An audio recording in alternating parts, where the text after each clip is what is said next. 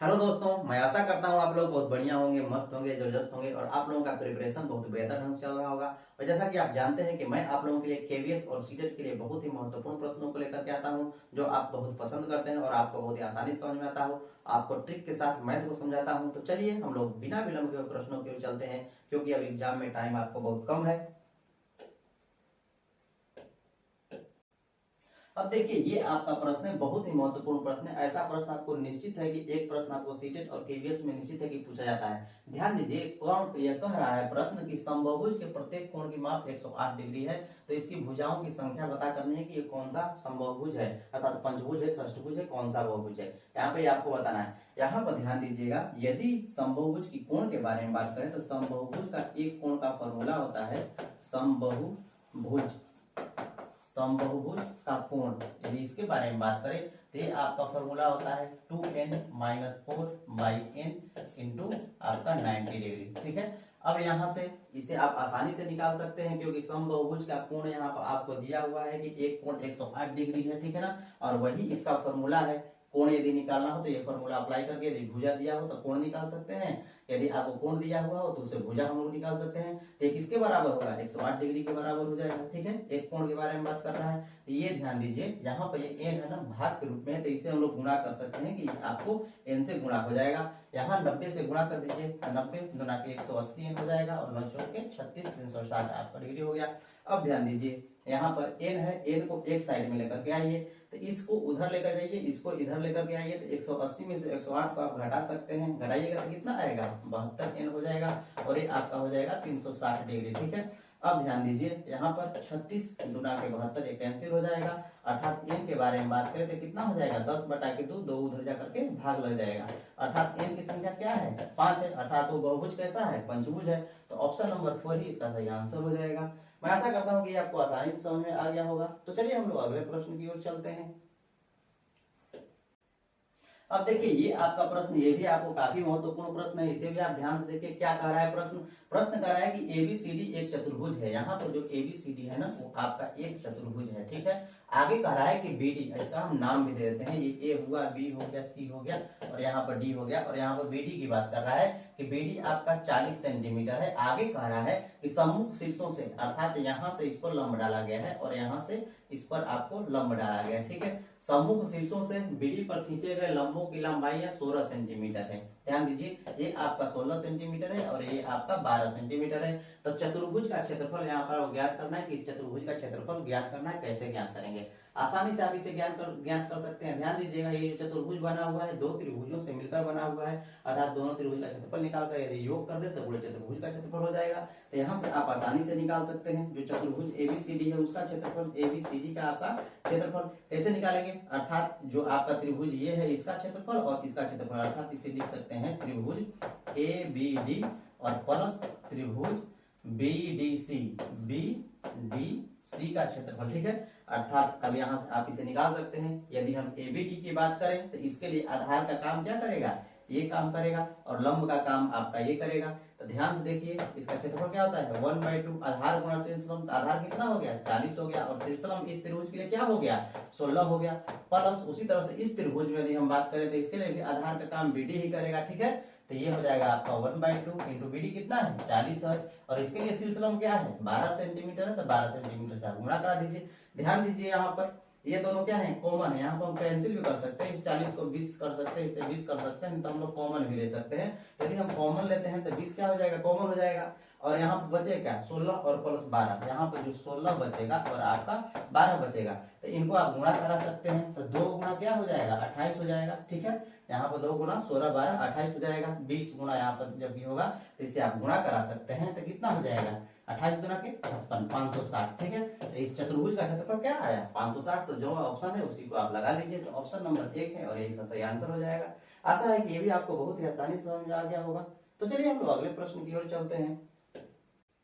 अब देखिए, ये आपका प्रश्न है, बहुत ही महत्वपूर्ण प्रश्न है। एक क्वेश्चन निश्चित है कि आपको सीटेट और केवीएस से पूछाता है। ध्यान से देखिए, प्रश्न का क्या है, प्रश्न कह रहा है कि कागज की आपको सीटें हैं जिनकी माप आपको 22 और 28 है। ध्यान दीजिएगा, यहाँ पर आपको सीट है कागज की इस तरह की, और इसका माप है आपको 22 और 28 की। मान लीजिए इसकी जो लंबाई है 28 है, तो ऊंचाई क्या है इसकी, इस तरह से आपको 22 हो गई, अर्थात 22 बाई 28 का इसका माप है।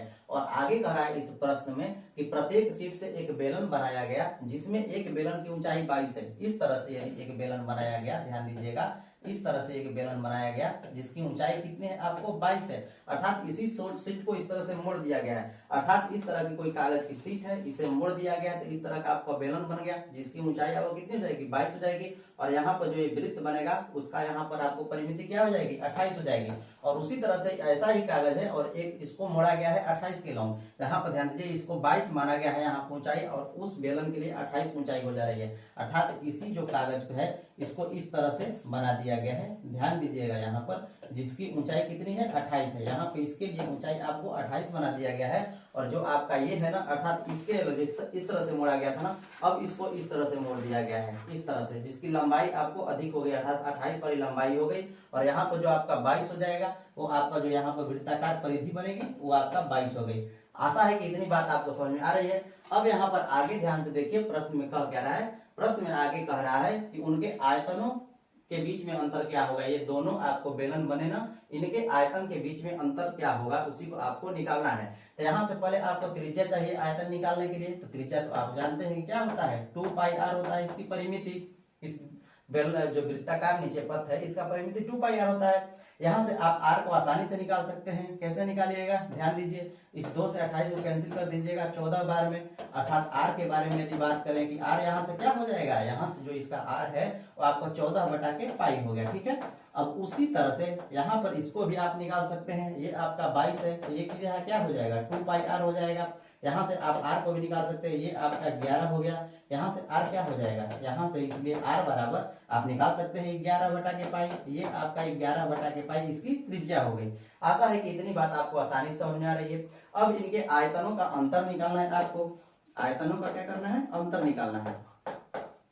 आयतनों का अंतर, आयतन तो जानते हैं क्या होता है, पाई आर स्क्वायर एच होता है, पाई आर स्क्वायर एच होता है, और इन्हीं का अंतर आपको निकालना है। तो पाई आर स्क्वायर, ध्यान दीजिए पाई हो गया, आर स्क्वायर, आर इसके लिए जो ये है, ये बेलन है इसके लिए और उसके लिए अलग अलग है। तो यहाँ पर आर स्क्वायर, तो यहाँ पर 14 बटा के पाई गुना 14 बटा के पाई हो जाएगा इंटू एच। एच कितना है इसके लिए 22 है, तो 22 से गुणा करा दीजिए, इसमें से घटाना है इसको, तो इसके लिए भी हो जाएगा वही बात, पाई इंटू आर स्क्वायर 11 बटा के पाई हो जाएगा और गुना 11 बटा के पाई हो जाएगा, और इंटू इस बेलन के लिए आपको क्या हो जाएगा, ऊंचाई 28 हो जाएगी। तो आशा है कि इतनी बात आपको आसानी समझ में आ रही होगा।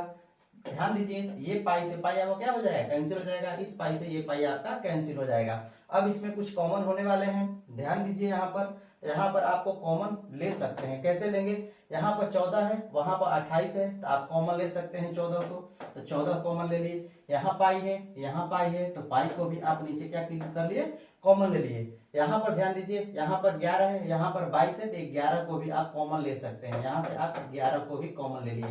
तो अब यहाँ पर बचा क्या, एक 14 बचेगा, ठीक है। यहाँ पर 11 कॉमन ले लिए तो यहाँ पर सिर्फ आपको 2 बच जाएगा, माइनस हो गया। यहाँ पर आपका 11 बचेगा और यहाँ पर आपका 28 है ना, तो उसमें से 14 हमने सिर्फ कॉमन लिए हैं, तो यहाँ पर आपका 2 बचेगा। तो आशा है कि आपको ये आसानी समझ में आएगा। पाई तो आपको कॉमन हो ही गया है, बस इसी को आपको कैलकुलेट कर लेना है और आसानी से इसका वैल्यू आप निकाल सकते हैं। कैसे निकालिएगा, ध्यान दीजिएगा, यहाँ पर ये आपका हो जाएगा 14 गुना 11 हो जाएगा और बटा के आपका पाई हो गया और आपका गुणा हो जाएगा। ध्यान दीजिए, ये 14 दूना के 28 और 11 दूना के 22। अब 28 में से 22 को यदि आप घटाते हैं तो क्या आएगा, आपको 6 आ जाएगा, ठीक है। अब यहाँ से इसे आप कैलकुलेट कीजिए, ये हो गया आपको 14 गुना 11 बटा के पाई अर्थात 22 बटा के 7 हो जाएगा और गुना आपका 6 हो जाएगा। ध्यान दीजिए, इस 11 से इस 22 को 2 बार में काटा जा सकता है और यहाँ पर इसको काटा जा सकता है 3 बार में। जो ये पाई बटा में 7 है, ऊपर जाकर क्या हो जाएगा, गुणा में हो जाएगा, अर्थात 14 गुना 3 और गुना क्या हो जाएगा आपका 7 हो जाएगा, ठीक है, गुना 7 हो गया। तो यहाँ से आप इसे कैलकुलेट कर दीजिए। ध्यान दीजिए, ये 14 28 14 42 में आपको 7 से क्या करा देना है, गुणा करा देना है। तो 7 गुना के 14, 7 के 28, 1 29 अर्थात 294। इन दोनों के बीच का जो आयतन है उनका अंतर आएगा। तो कौन सा ऑप्शन है? ऑप्शन नंबर 294 2 है और यही इसका सही आंसर हो जाएगा।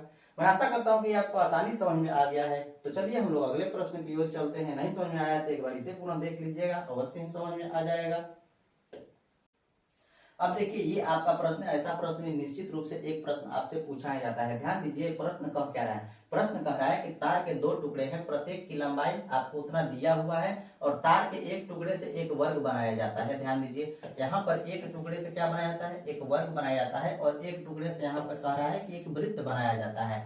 आगे कह रहा है कि वर्ग के क्षेत्रफल का वृत्त के क्षेत्रफल का अनुपात, यहाँ पूछ रहा है कि वर्ग और वृत्त के क्षेत्रफल का अनुपात क्या होगा, जबकि जो तार के टुकड़े की लंबाई है आपको इतना दी हुई है कि आपको 50 24 है और इसके लिए भी इसका जो लंबाई होगा वो आपको 50 24 होगा, क्योंकि टुकड़ा दोनों क्या है? सेम ही है। तो यहाँ पर लंबाई कहने का अर्थ क्या है? परिमाप। यहाँ पर इसका लंबाई कहने का अर्थ क्या है? परिमाप। तो परिमाप तो आप जानते हैं कि ये 2πr होता है, यहाँ से आप r निकाल सकते हैं। और ये आपका परिमाप जो वर्ग है, वर्ग का परिमाप क्या होता है? 4 गुना भुजा होता है। तो यहाँ से आप a को निकाल सकते हैं।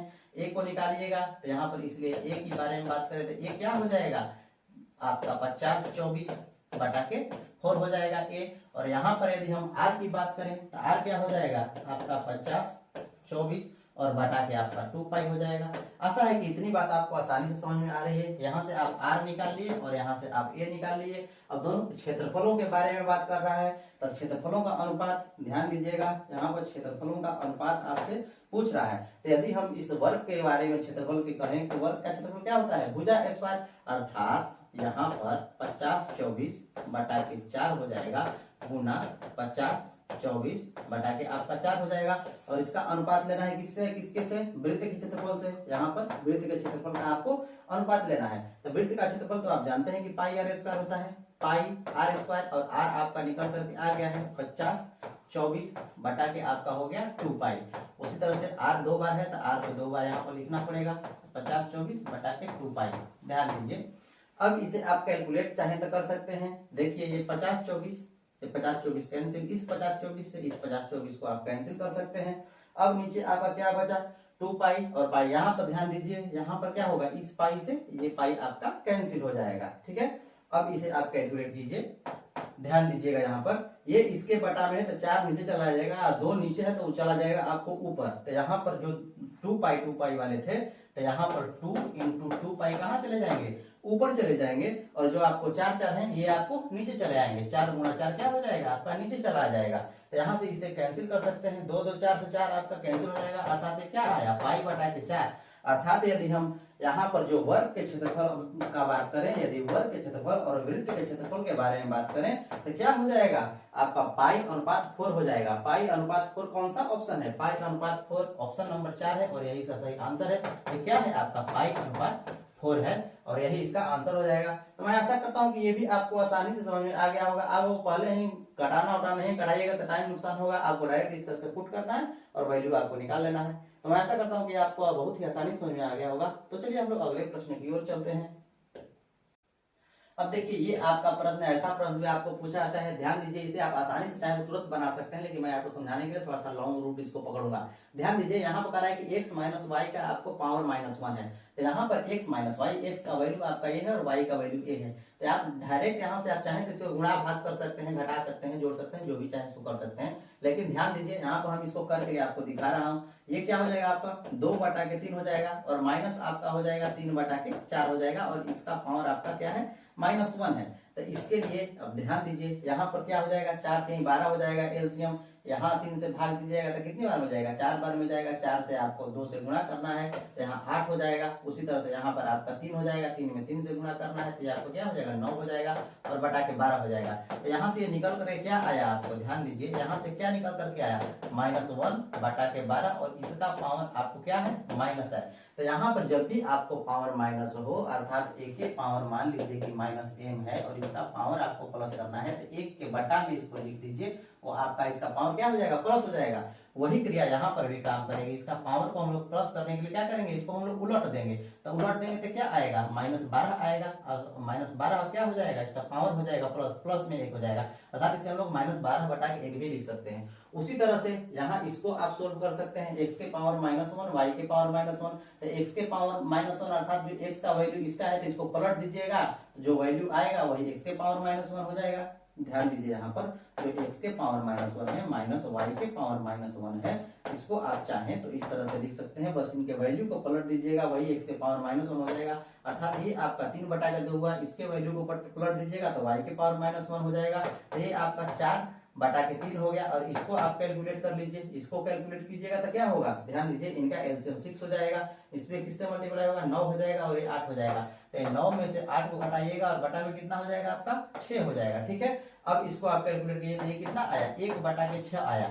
तो यहाँ पर ध्यान दीजिए, यहाँ पर इन दोनों का वैल्यू आप निकालिए और इनके बीच में एक परिमेय संख्या आपको बतानी है कि इनमें से कौन सा है। तो बीच में परिमेय संख्या, यदि बीच की संख्या की बात करें, यदि बीच की संख्या की बात करें कि बीच की संख्या कैसे निकालेंगे, बीच की संख्या तो बस कुछ नहीं करना है, जो आपको दिए हुए हैं 2 डाटा उनको जोड़िए और 2 से भाग कर दीजिए, उन दोनों के बीच में एक संख्या आपको प्राप्त हो जाएगी। तो यहाँ पर -12 है और यहाँ पर प्लस 1/6 है और इसमें क्या कीजिएगा, 2 से भाग दे दीजिए। तो इसको आप कैलकुलेट कीजिए, यहाँ पर वर्ष के 72 हो जाएगा और 72 में से 1 घटेगा तो 71 हो जाएगा, अर्थात माइनस क्या हो गया 71 और बटा के यहाँ पर 6 और सबके बटा में क्या हो जाएगा 2 हो जाएगा। इसे कैलकुलेट कीजिएगा तो 71 बटा के 6 गुना क्या हो गया 12 हो गया। यहाँ पर माइनस है तो माइनस लगा दीजिए, अर्थात -71 बटा के 12। ऑप्शन कौन सा है, ऑप्शन नंबर 3 है और यही इसका सही आंसर है। आप चाहें तो इसे डायरेक्ट इतना ना करके आप डायरेक्ट यहाँ पर आप मन से ही कर सकते हैं और आसानी से बना सकते हैं, इतना भी करने की झंझट नहीं है।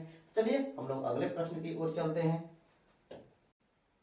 अब देखिए ये आपका प्रश्न, ये प्रश्न आपसे कह रहा है कि निम्नलिखित स्थितियों में किस स्थिति में चतुर्भुज एबीसी की रचना संभव नहीं है, किस स्थिति में आपको एबीसी की रचना संभव नहीं हो सकती। तो इसमें ध्यान दीजिए, यहाँ पर सभी भुजाएं दी हुई हैं तो इसको आसानी से अभी बता नहीं सकते। इस दूसरे ऑप्शन, आप दूसरे ऑप्शन को ध्यान से देखिए, यहाँ 75 डिग्री है, यहाँ 150 डिग्री है, यहाँ 140 डिग्री है। इनको यदि आप जोड़ते हैं इनको तो कितना हो जाएगा 290 डिग्री हो जाएगा और इसको जोड़िएगा तो 290 में आप 75 को जोड़ते हैं तो कितना हो जाएगा, ध्यान दीजिए यहाँ पर इसे जोड़ते हैं तो 365 डिग्री हो जाएगा। ये क्या हो जाएगा 365 डिग्री आपका हो जाएगा। लेकिन आप जानते हैं कि किसी भी चतुर्भुज के चारों कोणों का योग 360 डिग्री होता है और यहाँ पर ध्यान दीजिए, यहाँ पर 1 2 3 ही कोण मिलकर के आपको 365 डिग्री हो गए हैं। ये संभव है, संभव नहीं है, अर्थात इस ऑप्शन से चतुर्भुज की रचना नहीं की जा सकती, जो कि आपका गलत है। तो मैं ऐसा करता हूँ कि ये भी आपको आसानी से समझ में आ गया होगा। आपको ढूंढना है कि कौन सा संभव नहीं है। तो चलिए हम लोग अगले प्रश्न की ओर चलते हैं। अब देखिए ये आपका प्रश्न है, ये प्रश्न कर रहा है कि मान लीजिए कि x एक ऐसा कोण है जो अपने पूरक के समान है। ध्यान दीजिए यहाँ पर कह रहा है कि एक ऐसा कोण है जो अपने पूरक के समान है। तो x के पूरक की बात करें, यदि हम x के पूरक की बात करें तो पूरक क्या होगा, पूरक आपका क्या होता है, ध्यान दीजिए यहाँ पूरक क्या होता है 90 माइनस x होता है। ध्यान दीजिएगा यहाँ पर ये आपका 90 डिग्री माइनस आपको x होता है, लेकिन x क्या है इसी के समान है, अर्थात बराबर क्या हो जाएगा x हो जाएगा। यहाँ पर कह रहा है कि x के पूरक के समान है, अर्थात x का पूरक की बात करें तो 90 माइनस x और उसी के समान है, अर्थात ये जो एंगल है उसी के आपको बराबर हो गया। अब ध्यान दीजिए यहाँ से इसलिए x बराबर क्या निकल के आएगा, यहाँ पर 2x हो जाएगा बराबर 90, अर्थात x की वैल्यू क्या आपको आ जाएगी यहाँ से 45 डिग्री आ जाएगी। उसी तरह से आगे आपको प्रश्न कर रहा है कि और y ऐसा कोण है जो अपने संपूरक के समान है। यदि हम y की बात करें तो y क्या है अपने संपूरक के समान है। यहाँ पर क्या है y अपने संपूरक के समान है, संपूरक के समान है, ठीक है, संपूरक के समान, संपूरक के समान। तो यहाँ पे यदि हम संपूरक की बात करें y का संपूरक, तो y का संपूरक क्या होगा 180 माइनस y हो जाएगा, ठीक है। यहाँ पर क्या है ये इसके समान है, अर्थात ये y के अपने खुद के बराबर है, अपना जो संपूरक है उसके बराबर है। तो यहाँ पर 180 माइनस y बराबर क्या हो जाएगा y हो जाएगा, उधर चला जाएगा 2y हो जाएगा। तो इसलिए यहाँ पर हम y की यदि बात करें इसलिए y बराबर क्या हो जाएगा 180 में 2y से, अर्थात 2 से भाग दे दीजिएगा तो y का वैल्यू निकल जाएगा। तो ये कितना आ गया आपका 90 डिग्री आ गया। अब देखिए आगे प्रश्न में कह रहा है कि तब 2x प्लस 3y का वैल्यू क्या होगा, यहाँ से आपसे पूछ रहा है। तो आप तो x का भी वैल्यू निकाल दिए हैं और y का भी वैल्यू निकाल दिए हैं, तो यहाँ पर पुट कीजिए तो 45 गुना x का वैल्यू क्या आ गया है 45 डिग्री आया है, तो ये 45 गुना क्या हो जाएगा 90 हो जाएगा, प्लस इसमें 3 से गुना कीजिएगा तो 9 क्या हो जाएगा आपको 27 हो जाएगा, अर्थात 270 हो गया। इसे जोड़िएगा तो कितना आ जाएगा, ध्यान दीजिए, इसे जोड़िएगा तो 360 आ जाएगा। कौन सा ऑप्शन है, ऑप्शन नंबर 3 है और यही इसका सही आंसर हो जाएगा। तो मैं आशा करता हूँ कि ये भी आपको आसानी से समझ में आ गया होगा। तो चलिए हम लोग अगले प्रश्न की ओर चलते हैं। अब देखिए ये आपका प्रश्न है, बहुत ही सिंपल प्रश्न है, आप चाहें तो इसे आसानी से निकाल सकते हैं। ध्यान दीजिए यहाँ पर 3 डिजिट के बाद आपको अंक है दशमलव के बाद, तो यहाँ पर भी आप 3 डिजिट बना लीजिए, जोड़ने में आपको आसानी होगी। तो इसे आप चाहें तो कैलकुलेट कर सकते हैं। ध्यान दीजिए इनको पहले आप जोड़िए, इनको जोड़िएगा तो क्या आएगा, यहाँ 1 आएगा, 1 आएगा, अर्थात यहाँ पर आपको 2 आ गया। 0 है 1 है तो आपका 1 हो गया, पुनः 0 है 0 है 0 है तो आपका क्या हो जाएगा 0 हो जाएगा। दशमलव है तो दशमलव, इसके बाद 1 है और 1 ये है, आपको ये हो गया आपको 2।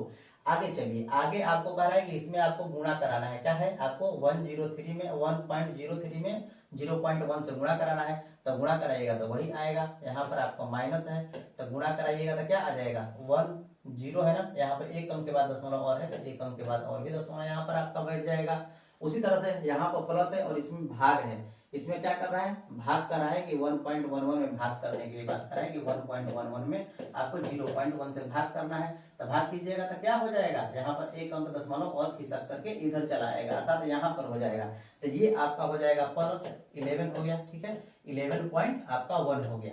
अब आगे देखिए यहाँ पर 1 पॉइंट यहाँ पर प्लस अभी है, अभी आपका यहाँ पर प्लस x है और बराबर है 1.4 इंटू 1 बाई में 10 टू दी पावर -1 है। यहाँ पर क्या है -1 है तो पावर इसका क्या है, यदि आप पावर प्लस करेंगे तो इस संख्या को पलट दीजिए, पावर क्या हो जाएगा आपका प्लस हो जाएगा, अर्थात 1.4 में क्या हो जाएगा इसका टोटल का वैल्यू कितना हो जाएगा आपको 10 हो जाएगा। तो इसमें गुणा करा दीजिएगा तो क्या हो जाएगा 14 हो जाएगा, ठीक है 1.4 में 10 से गुणा कराइएगा 14 हो जाएगा। बस इसी को आपको कैलकुलेट करना है, x को इधर ही रख दीजिए, सबको जोड़ घटा करके आपको 14 में से घटा दीजिएगा तो ऑप्शन इसका कौन सा आएगा। ध्यान दीजिए यहाँ पर ऑप्शन शायद ऑप्शन नंबर यही आना चाहिए 1 या फिर 4 आना चाहिए। तो आप चाहते हैं कि आप आसानी से निकाल लेंगे और निकाल लीजिएगा। हम लोग चलते हैं अगले प्रश्न की ओर। अब देखिए ये आपका प्रश्न है, ये भी आपको बहुत ही आसान प्रश्न है, आप चाहें तो इसे निकाल सकते हैं। यहाँ पर कुछ नहीं करना है, इसे गुणा करा देना है, उससे गुणा करा देना है, सबको कैलकुलेट कर देना है। एक जात को एक तरफ से कर देना है और दूसरी जाति को दूसरे तरफ रख देना है और इसका वैल्यू आपको ज्ञात कर लेना है और उसको इसमें पुट कर देना है और आसानी से आप इसे निकाल सकते हैं। इतना तो आप कर ही सकते हैं, इसे कर लीजिएगा। तो चलिए हम लोग अगले प्रश्न की ओर चलते हैं। हम लोग बहुत ही प्रश्न करना है हम लोगों को। अब देखिए ये आपका प्रश्न, इसे भी आप चाहें तो निकाल सकते हैं। ध्यान दीजिएगा कैसे बनेगा, ये क्या है, ये आपको संख्याएं दी हुई हैं। तो यहाँ पर यदि हम बात करें इनका, ध्यान दीजिएगा यहाँ पर आपको ये है 1058 है संख्या और आगे वाली संख्या आपको 64 है और 8 है, ठीक है। अब इसे आप थोड़ा सा निकाल लीजिए क्योंकि इसका निकालना है आपको वर्गमूल। इसे 2 से कटाइए, ध्यान दीजिए इसे 2 से कटाइएगा तो क्या आएगा, ये 2 5 10 हो जाएगा, 2 2 के 4 हो जाएगा और 2 9 के 18 हो जाएगा। तो ये 23 का वर्गमूल होता है, तो ये 23 बार में आपको पूरा का पूरा कैंसिल हो जाएगा। उसी तरह से यहाँ पर इसको भी आप 2 से कैंसिल कीजिए, 2 से कीजिएगा क्या आएगा 2 3 6 आएगा, 2 दूना के 4 आ जाएगा और 2 चौके 8 आ जाएगा, 2 3 6 2 दूना के 4 2 चौके 8। ये किसका होता है 18 का होता है, ये आपको हो गया 18। आशा है कि ये इतनी बात तो आपको आसानी समझ में आ गई होगी। अब कुछ नहीं करना है, बस आपको यही काम करना है। इसको हम चाहें तो सम्मिलित रूप से लिख सकते हैं। क्या लिख सकते हैं 2 गुना 2 नहीं बल्कि आपका 23 है, 23 गुना 23, ठीक है। इनको एक ही वर्गमूल वाले में हम लोग रख दे रहे हैं और यहाँ पर 2 गुना 18 है तो 2 गुना 18 गुना आपका 18 हो गया, ठीक है। यहाँ तक तो आपको आसानी समझ में आ रही होगी। अब बटा में क्या है आपका x है और किसके बराबर है 18 के बराबर है, तो मान लीजिए हमने 18 यहाँ पर लिख दिया, ठीक है। अब x भाग में है ना, इधर लेकर आइए तो एक गुणा में हो जाएगा, ये 18 गुना आपका 100 हो जाएगा। यहाँ पर ध्यान दीजिए 23 कितनी बार है 2 बार है, तो 23 को क्या कीजिएगा बाहर निकाल दीजिए। 2 कितनी बार है, देखिए 2 बार है तो एक 2 को आप बाहर निकाल दीजिए और 18 कितनी बार है 2 बार है तो एक 18 को आप बाहर निकाल दीजिए और इसी को आपको कैलकुलेट करना है। ये 18 से 18 आपका कैंसिल हो जाएगा और 23 गुना कितना हो जाएगा 46 हो जाएगा। इसलिए x की वैल्यू कितना आपको प्राप्त होगी 46 आ गई। यही आपको पूछ रहा था, तो ऑप्शन नंबर 2 इसका सही आंसर हो जाएगा। मैं ऐसा करता हूँ कि ये भी आपको आसानी से समझ में आ गया होगा। तो चलिए हम लोग अगले प्रश्न की ओर चलते हैं। अब देखिए ये आपका प्रश्न कह रहा है कि a का मान क्या होगा, यहाँ पर आपको दिया हुआ है। ध्यान दीजिए यहाँ पर आपको क्यूब है और यहाँ पर भी आपको क्या है क्यूब रूट है। तो इसको क्या करना है आपको क्यूब कर देना है, दोनों तरफ क्यूब कर दीजिएगा तो क्यूब रूट क्या हो जाएगा हट जाएगा, अर्थात ये आपका हो जाएगा 500 गुणा माइनस आपका 3456 हो गया, ठीक है।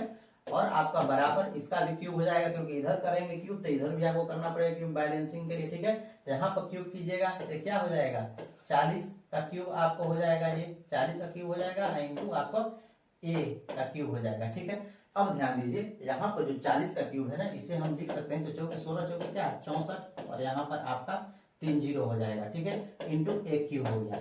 बस इतना ही करना है। अब देखिए 2 शून्य से 2 शून्य क्या हो जाएगा, कैंसिल हो जाएगा।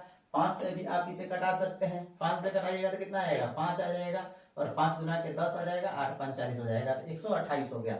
अब ध्यान दीजिए यहाँ पर आपको 128 इंटू ए क्यूब हो गया ना, यहाँ पर 128 से इसमें भाग दीजिए। यहाँ पर जो आपका है 34 56 34 है और आपका 56 है, इसमें आप 128 से भाग दीजिएगा। अब 128 से भाग दीजिएगा तो कितनी बार में जाएगा आपको, ये लगभग 27 बार में चला जाएगा, 27 बार में जाएगा क्योंकि उसी के नजदीक है। ये 27 बार में पूरा का पूरा चला जाएगा। तो ये क्या हो गया, यहाँ पर ध्यान दीजिए, ये 128 इसमें यदि आप भाग दिए माइनस 34 56 में आप भाग दिए यहाँ पर 128 से, ये आपका ए क्यूब हो गया, ठीक है। यहाँ पर क्या आएगा -27, अर्थात ए क्यूब बराबर क्या हो गया -27। -27 करने का अर्थ क्या है, 3 के पावर 3 है, और यहाँ पर देखिए पावर क्या हो जाएंगे, आपस में कैंसिल हो जाएंगे, बेस आपस में बराबर हो जाएंगे। यदि ए क्यूब बराबर ए क्यूब यहाँ पर है तो यहाँ पर क्या होंगे, पावर सेम क्वांटिटी ना होगी यहाँ पर ये, तो ये बराबर क्या यहाँ से आपको निकल कर चली आएगी 3, अर्थात ए की वैल्यू बराबर -3 हो गई, ठीक है। तो इसमें कौन सा ऑप्शन है जो कि ए का वैल्यू मान रहा है, तो ऑप्शन नंबर 1 है, और यही इसका सही आंसर हो जाएगा। तो मैं आशा करता हूँ कि ये भी आपको आसानी समझ में आ गया है। यदि समझ में आ गया है तो लाइक से सब्सक्राइब जरूर कर दीजिएगा और अपने दोस्तों में भी शेयर कर दीजिएगा। ऐसे ही वीडियो के लिए इस चैनल पर बने रहिएगा। आज के लिए इतना ही, मिलते हैं हम लोग नेक्स्ट इंटरेस्टिंग वीडियो में।